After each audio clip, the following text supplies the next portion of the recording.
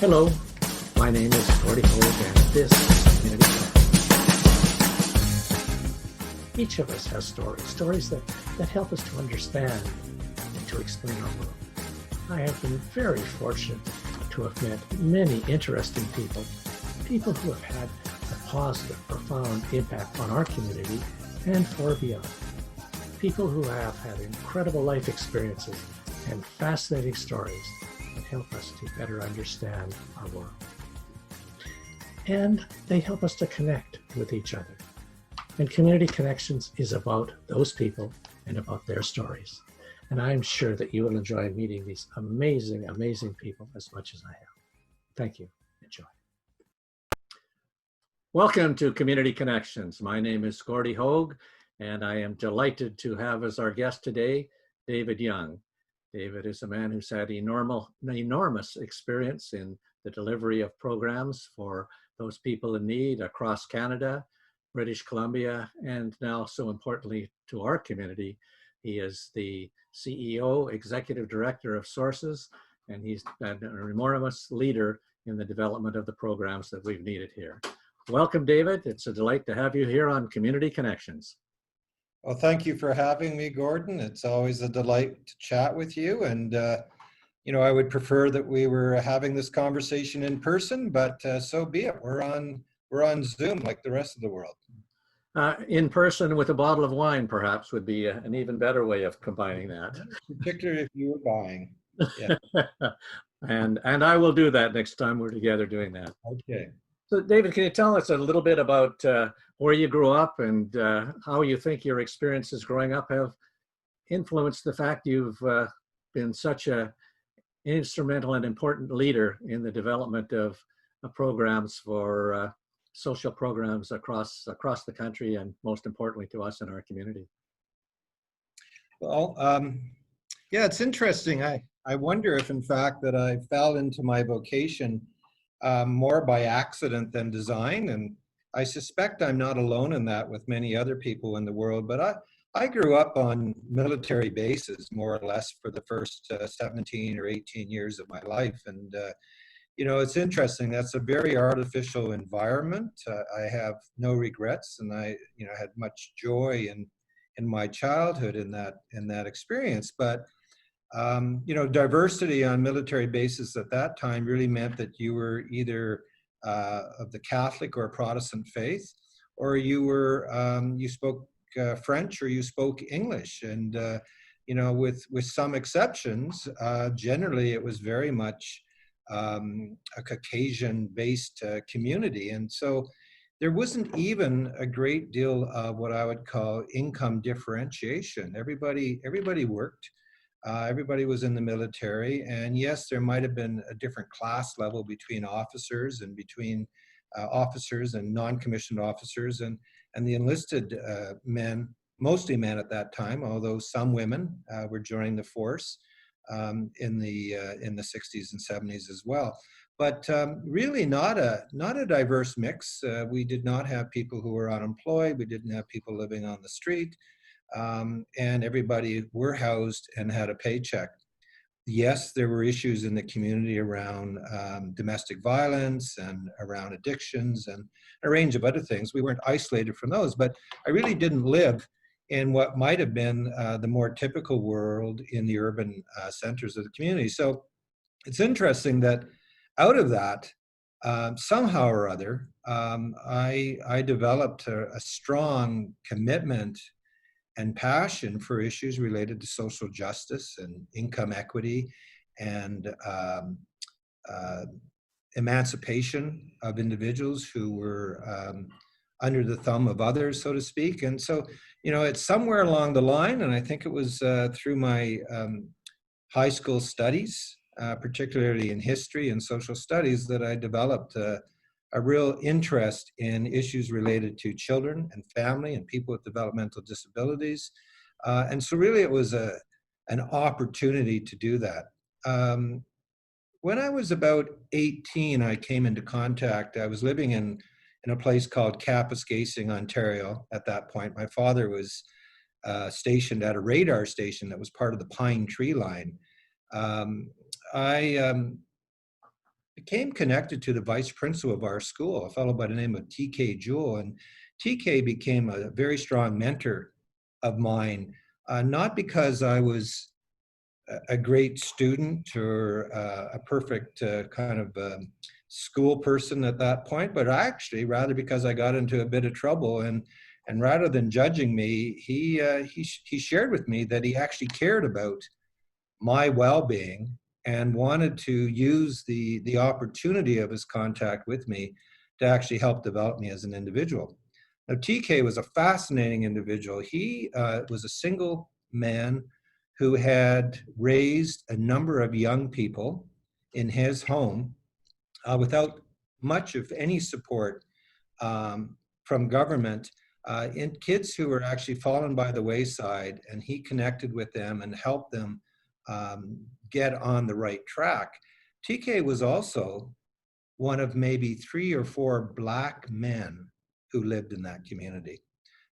And he entered that community as somebody who was African Canadian, who was not French speaking. The community was 80% French speaking. His faith was not Roman Catholic, which was the predominant faith. So he came with a number of challenges that he might see as somebody entering that community. He went on to not only be the vice principal of my high school, but he became the mayor of that town as well. And he inspired me to enter school and supported me to attend university, and got me involved in studying politics and public administration. And he was nominated to be the member of parliament, actually, for that riding, and I was going to be working with him in Ottawa if he was successful. But one of the young people that TK was caring for, his name was Ted, but we called him TK, by the way, fell into some trouble, and he withdrew from the race because his commitment was to the young person first, not to his political career. And I've never forgotten that. So that's where I began this journey of understanding more about dealing with issues of race, of support for children and families, and being engaged in systems that were about public policy. And that started that all for me. And from there, I assume you went off to university and took a bachelor's degree there. And what was that in, and how did that influence you? So I had, at one point in my life, I lived in Peterborough when I was about 4 or 5, and there was actually a sign up the road from where we lived. We were living in a rural setting, saying future home of Trent University. And I had said to my mother that when I grow up, I will attend there. And so it was always clear in my mind that that's where I would go. And interestingly, in my family, on both sides of my family, I was actually the first individual to graduate from university. That wasn't typically an expectation or even an aspiration. And that has significantly changed. Many of my cousins and second cousins have completed undergraduate and graduate degrees as well. But that was a great opportunity for me, and I had support from my parents to do that. And in fact, when I studied, I was married and had my first child. And so I studied politics, and I studied English literature, and I also actually studied to be a teacher, and decided that teaching wasn't the profession for me. But clearly I was interested in issues of public policy, and I was particularly interested in areas that related to social and educational policy. So finished up at university and found myself without employment after graduation in Toronto, and frankly, not very satisfied with my life. And I think one of the challenges when you're a young person is, particularly when you're studying something in the liberal arts, you have great expectations for yourself. And then you get out into the real world and you realize that a degree in English and politics isn't exactly the most marketable qualification to have. And I might have been better working on my electrician certificate like my roommate had been doing.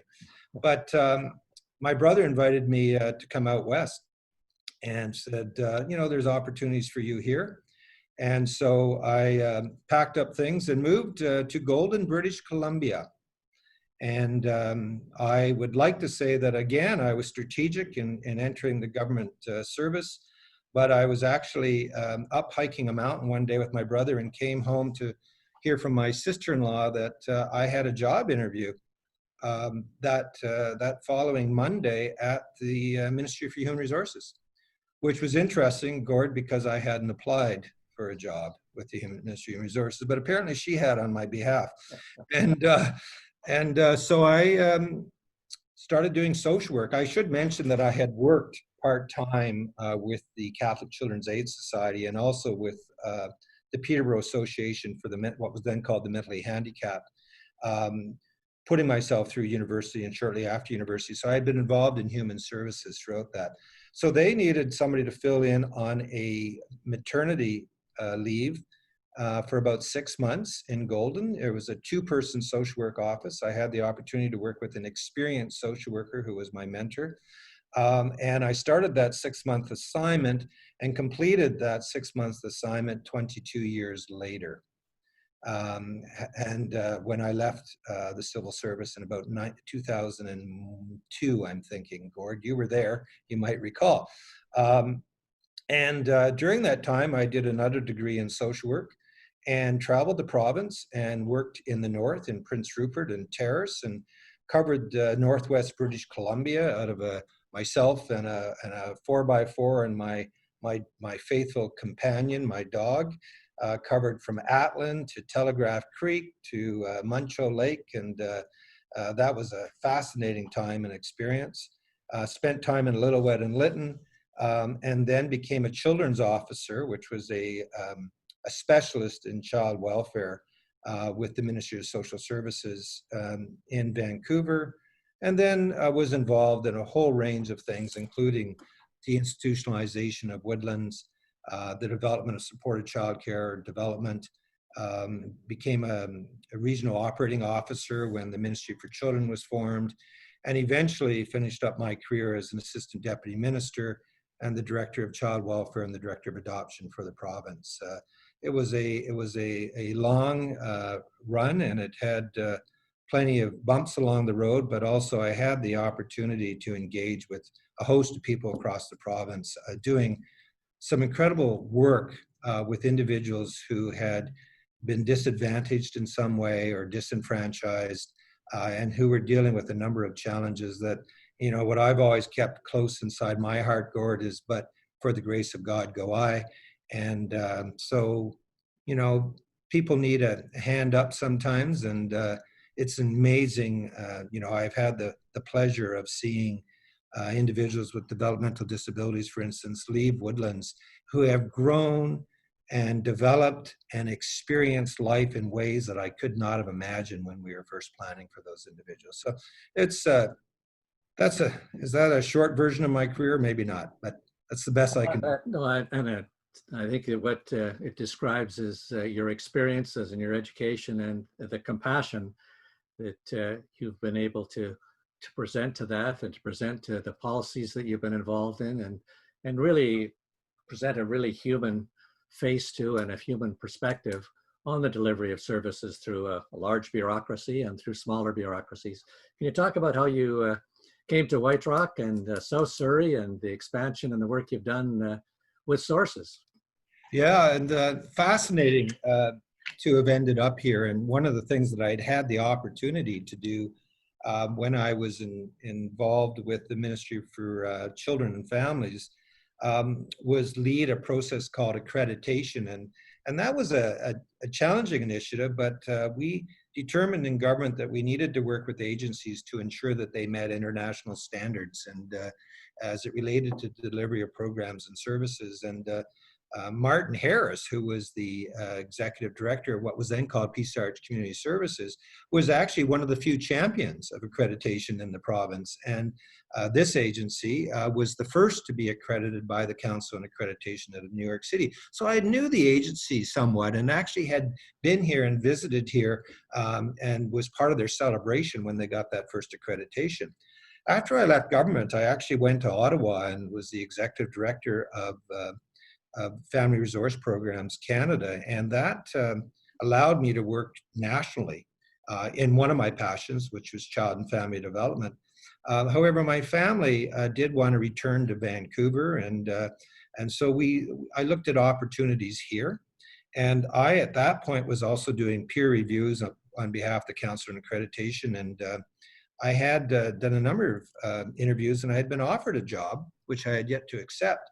And I still had one more interview, and it was with Peace Arch Community Services. And so my then wife said, "Well, you've already got a job offer. So why are you going to this interview?" And I said, "You know, I need to go and do this. There's something about this agency and this community that I want to explore." So I did the interview and was offered the job and chose to accept this one. And why I did that, Gord, was for a number of reasons. Peace Arch Community Services was so firmly rooted in the community. It was so well connected. And if I was going to be involved in not-for-profit work, I wanted to be a part of an agency that wasn't merely an extension of government services or only providing services on behalf of government. And there's nothing wrong with that, but I wanted one that really connected with the fabric of community. And I was drawn to the multi-service dimension of the agency. I was drawn to the level of support, and I was drawn to how much volunteerism was firmly embedded in the agency. You don't often see that in community service agencies. So for me, I thought, no, this is the community that I think I can grow and develop in, and I think I have some value that I can add. So joined Peace Arch Community Services about 12 years ago, Gord, and during that time, you know, we spent some time looking at the strengths and challenges of the organization. And interestingly enough, the strength of Peace Arch Community Services was also one of its challenges. You notice I'm avoiding the word weakness, right? And that was that it was really well known on the peninsula, but not particularly well known, or if it was known, was pigeonholed as a peninsula organization, when in fact 80% of its services were delivered outside of the White Rock South Surrey area. So we went through the process of changing a name and developed the name called Sources. And within 2 weeks of making that name change, we had another agency approach us and say, "We like where you're headed. We want to be a part of you." And what we've seen over the last decade is that happen another 4 times. And so we are now, you know, the whole is greater than the sum of the parts. And we stretch over to Vancouver Island and Parksville. We have the Ladner Resource Center. We have the Cloverdale services. We have our resource center in Newton. We have a food bank in Langley. We have a large number of staff working out in Prince George, and we have staff all the way from Prince Rupert to Fort Nelson and Fort St. John. And so it's been interesting to develop a program that meets the needs of a variety of communities. And the reason for doing that, and my philosophy around doing that, is not about empire building, although I have been accused of that, Gord. It's about developing the scale to have the support that so many of our frontline staff need to deliver the programs. And particularly in the North, we are able to assist in providing expertise and knowledge and training to staff who are in remote and rural communities that they might not otherwise have access to. And having worked in the North, I'm passionate about ensuring that we have high quality services delivered to people throughout the province, regardless of where they live. And so this has been a labor of love for me and for our team and for our boards of directors over the last decade, and pretty thrilled about where we've gotten to. Yeah, I think that those of us who are conversant with you and with the work you've done are got nothing but praise for the great contributions that you and Sources have made across this province. If you had any advice to other people who are interested in getting into this type of work, and that what might that be? And secondly, I know there are some unique challenges that come about as a result of the pandemic. Mm-hmm. Are there any strategies or thoughts that you have around how you've been able to adjust to the challenges we have more broadly? Yeah. Okay. Good. Well, let me talk about the first one a bit, and then you might need to nudge me to remind me to talk about the second one.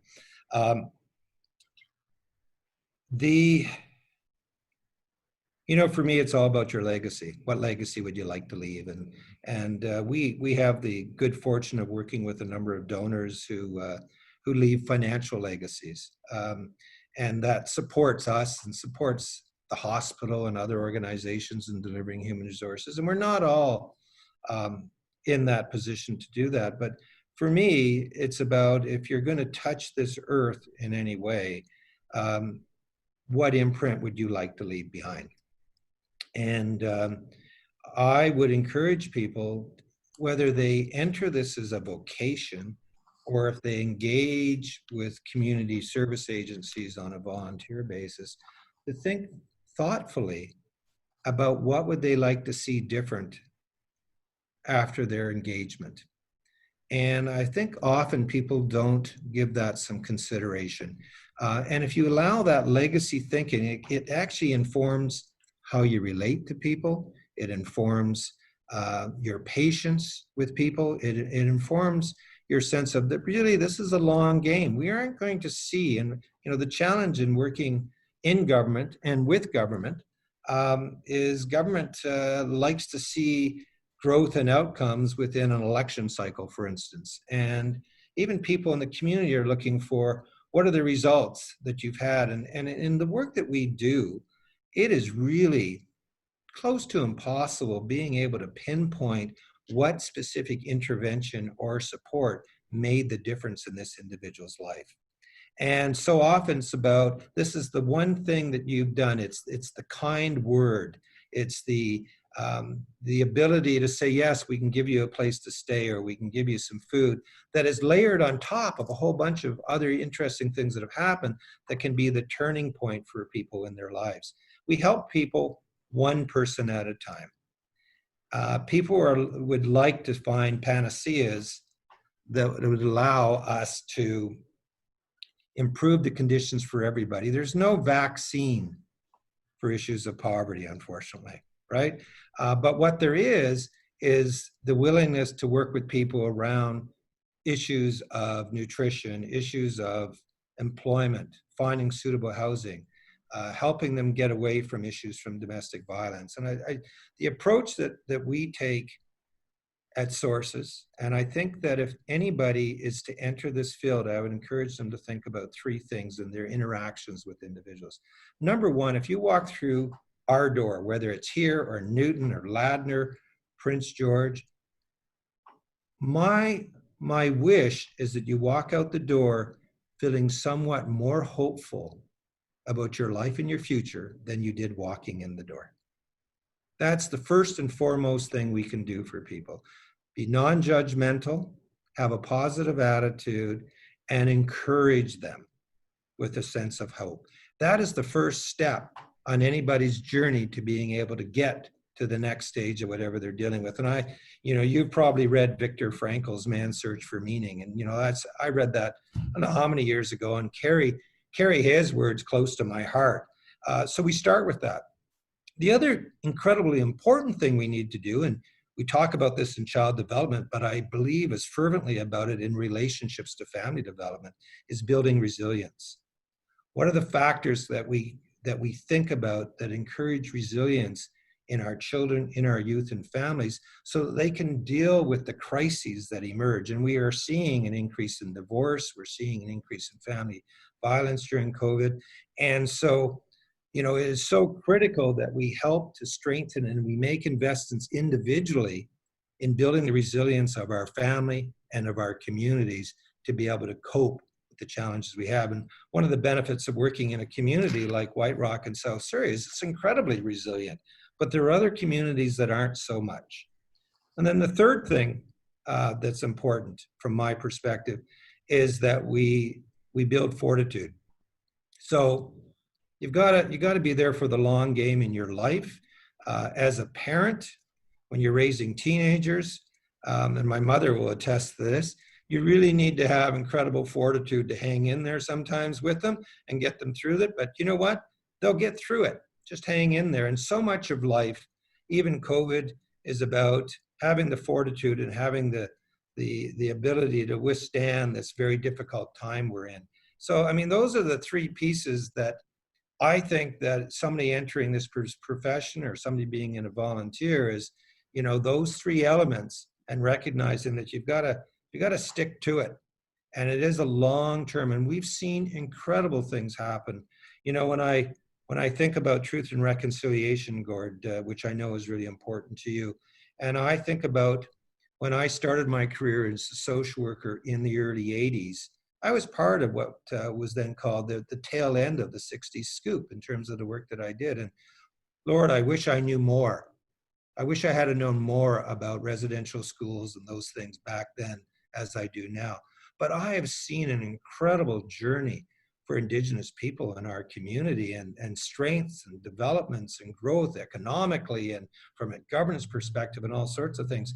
I have the benefit of being able to look back in 40 years to see that. And do we have challenges still? And are there issues still that we need to deal with? Absolutely.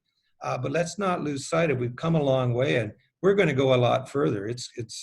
I look forward to the future with great optimism as it relates to the role and place of Indigenous people in our community. And that's just one example that having the benefit of years of hindsight allows you to have. You've, So, through that, alluded to the role of community and the role of citizenship. If you were to look at the communities that you're working in and the contributions you're hearing and seeing, if you had a message to, I think you've highlighted some of the really positive things, but if you had a message to students coming out, people moving into the workplace, to people who are retiring, what is it that you see in terms of the role of citizenship, the role that each one of us can play in contributions to the social well-being of our communities? What would the message be that you'd give to us? yeah, our citizenship needs to be one of reciprocity. And my experience has been that you get so much back when you give, more than you give, in ways that you have not imagined. And one of the benefits of this job is the work that I've been able to do with the several Rotary clubs locally, the Serotimus Club, the Kiwanis Club when it was here, and other groups. And I see a commitment of volunteerism among them and among many of the volunteers with sources. And I see how they embrace that. But they are so wealthy in terms of their experience now. They've come back with so much more. And what I've learned over time is, sometimes you give, sometimes you get, and you never know when you're going to be on which side of that equation. We had a fellow who did a lot of work volunteering for our food bank, and he talked about how he, at one time, had lost his family, lost his job. He was dealing with severe addictions issues and was homeless. And he finally got some support and in terms of counseling, and he got food from the food bank, and he got his life back on track. And that gentleman went on to raise literally tens of thousands of dollars for this food bank in this community. So you never know. Let's not judge people where they are at today. Let's recognize that, yeah, this is what their experience is today, but where they can be tomorrow is significantly different. One of the former mayors of White Rock spoke at one of our volunteer appreciation lunches a number of years ago, and unbeknownst to me, she had been the recipient of supports through our Shop by Phone program and our volunteer driver program because of some injuries she had sustained. And she talked freely and openly about that, about how she was the recipient. And she went on to serve on our board and help us with the development of programs. So, we hear a lot about we're all in this together. Well, yeah, absolutely we are. So I would encourage people to volunteer and to make a contribution and to think about what legacy do you want to leave when you move forward. And that legacy so much is about not what you said or what you did, but it's about how you made people feel. And that is really, I think, the most important thing, is making people feel better about themselves, I'll tell you, when this pandemic came out, I sent out some messaging to staff, and there were three things that I advised them to move forward with as strategies to deal with COVID. The first was to be calm, and just to maintain calmness, and to not panic, because you're not doing yourself, you're not doing your clients, you're not doing your family any good if you panic. You needed to stay calm, and you need to be that oasis of calm. I also encourage them to communicate more, not less, during this time, and to take more time to listen. And one of the outcomes of COVID is, in fact, in some ways, we've had more time to reflect and to listen to people than we ever had in years. And so what I have found in our agency is our staff are communicating more often and with more people than they have in years. And so really talked about the need to communicate with our clients and with your family, and not to separate out that role, to recognize that you needed to do that with your family, your friends as well. And then the third thing was to be a source of comfort. If each of us act as a source of comfort for each other, we're going to get through this better. And to see ways that you could reach out to others and offer comfort. And when somebody's offering to be a source of comfort to you, to welcome it and to embrace it.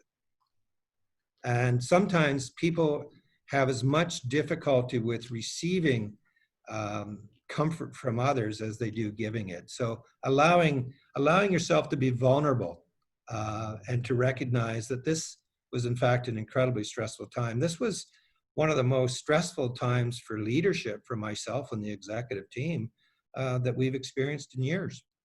And we needed to communicate with each other frequently and recognize that that level of stress was meaning our communication was actually going to be somewhat impaired because the stress and tension was going to affect that, but also to be a source of comfort for each other, doing check-ins with each other, ensuring that we're looking at the whole person. So those have, I think, stood us in good stead over the last 6 months. And I anticipate we've got to continue to draw on our fortitude, our resilience and fortitude as an organization, as individuals, to power us through the next 6 months or a year that we anticipate us needing to respond to this.